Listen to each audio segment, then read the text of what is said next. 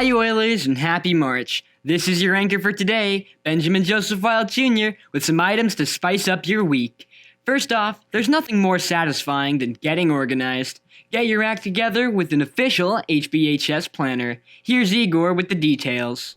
Hey Oilers, are you a mess? Do you need help organizing your life? Do you often forget to turn in your homework? Well, Miss Pelkey has some help for you in the way of our very own HBHS planner. Step number 1, I'm going to open to March 1st. I want to take out a pen and a highlighter. If you are writing in your own planner, if you are writing in the planner that is provided to you by the school, you can type this information. So the second step you want to do is you want to use the left column to add your period numbers. Period 1, 2, 3, 4, 5. Some of you will have a period 6 or a period 0, leaving open this extra space along the bottom. Using this extra space along the bottom, we want to include our APA classes, our sports, our work schedule if we have a second job. Next, what we want to do is we want to look at the left side to see which period numbers we have associated to the top. Knowing that we have all this information in one place, we will help to stay more organized. Now, think about why we would include the weekends, as well as our sports, our APA, and our job on here. Well, if everything is in one location, then you will have the ability to go back and reread and have all of your life in one spot so that you're not lost and confused trying to figure out when you have the ability to study. Now, next thing you want to think about is where do my teachers post assignments? Canvas modules, Canvas calendar, my daily agenda, discussions during class time. So now it's time to pretend. I'm going to pretend in my first period class, today is Monday the 1st, my first period class, my English teacher gave me an essay. And my essay is due on Friday the 5th. So I'm going to go to the due date, and I'm going to write Romeo and Juliet essay due, so that I remember that that's the day it's actually due. Now, if I write it the night before, number 1, I'm going to stress out. Number 2, it's not going to be very well written. And then number 3, my teacher's going to know, so we're going to have problems. The best way to do this is to break up the work amongst the days ahead.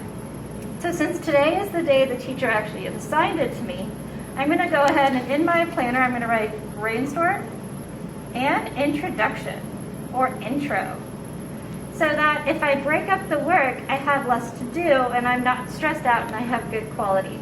So I have my brainstorm and my introduction. On the second day, I'm going to write my body paragraphs. On my third day, I'm going to write my conclusion, which gives me an extra day. Now within this day, maybe life gets really busy. Maybe practice goes into overtime. Maybe my family has something that comes up. I have a little bit of flexibility. If I don't need that time, I can then use that time and I can go to tutoring and have a tutor look over my essay and make sure that I did it right. I can go to the teacher's tutorial time. I can talk to paper tutoring and have them read it so that they're able to review it, give me edits and changes before it's actually due. Now, next piece. I filled out my planner. I've done everything I needed to do. What we want to do is on the class times that have no homework, you write no homework. So in my second period class, I have no homework.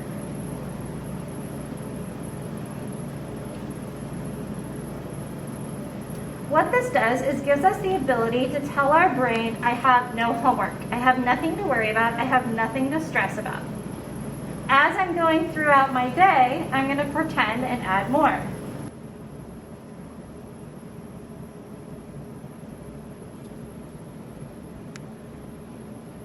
Now, I'm done with my practice for the day and I'm home studying because I need to get my studying done for the day. And as I can see, I had practice today from 1 to 3. How do I actually utilize the planner? So what I do is I use my highlighter. The highlighter is the easiest way. You can absolutely use your pen, but your highlighter is the easiest thing to do. You want to go through your list and go, oh, okay, well, I have no homework. Let me highlight that to tell my brain, remember you had no homework. If we leave it blank, our brain will come back later and say, wait, did I have homework? I don't remember if I had homework. Maybe I did.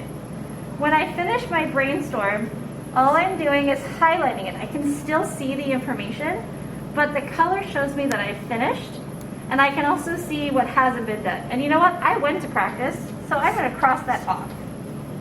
So by doing that, you're able to go through every single day and make sure that you have enough time not only to complete your homework, but that it was submitted. So just looking at this, I haven't done these 2 assignments. I now know what needs to be done before I go to bed, or what needs to be done before school the next day. Hopefully not at midnight, but that definitely happens. For more information on organization and time management, or if you would like to purchase an HBHS planner, please email Ms. Pelkey. Thanks, Egor. Here's Mark with some news on upcoming APA and sports events that you can actually see happen, so get ready to mark your calendars. Hey guys, although lots of things have been canceled due to COVID, there's still some cool events that you can participate in the upcoming weeks. First, as we talked about last week, there will be a drive-in playlist on March 5th and 6th at First Christian Church. You can get tickets at hbapa.org and can also purchase telegrams and snacks for the show. Next, the production Robin Hood and the White Arrow will have live shows at the Rose Theater on March 11th through the 14th, as well as March 19th through the 20th. There's also a home viewing link available for March 25th to 28th. Hungry? There are some great ways to support the school and get some tasty food this week. Here are some of the upcoming fundraisers. Finally, I'm happy to report that sports competitions are resuming this week, with tennis, girls water polo, and cross country having competitions. Football, soccer, and swim will also be resuming soon, but unfortunately, there will be no spectators for these events due to COVID. But know that we're all rooting for you. See you soon, Oilers. Thanks, Mark. Believe it or not, class registration for next year is upon us. Here's Reed with some info about a fun class on campus that you may not know about. Hey everybody, this is Mr. McLaughlin. I teach art of film, a visual performing arts class that you could take to satisfy your A through G requirements. It's a one-year film class. And in this class you get to learn about all different kinds of movies from multiple genres.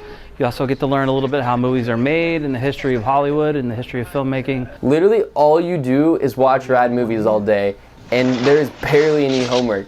And the class, it's minimal work. There's not a lot of work. A lot of it is discussing great films, watching a film every week. So you soon-to-be juniors and seniors, registration's this month. So make sure to put art of film down, and I guarantee if you like movies, you'll love this class. Not a ton of work, but the students tend to enjoy the assignments because they're writing about things that they are interested in.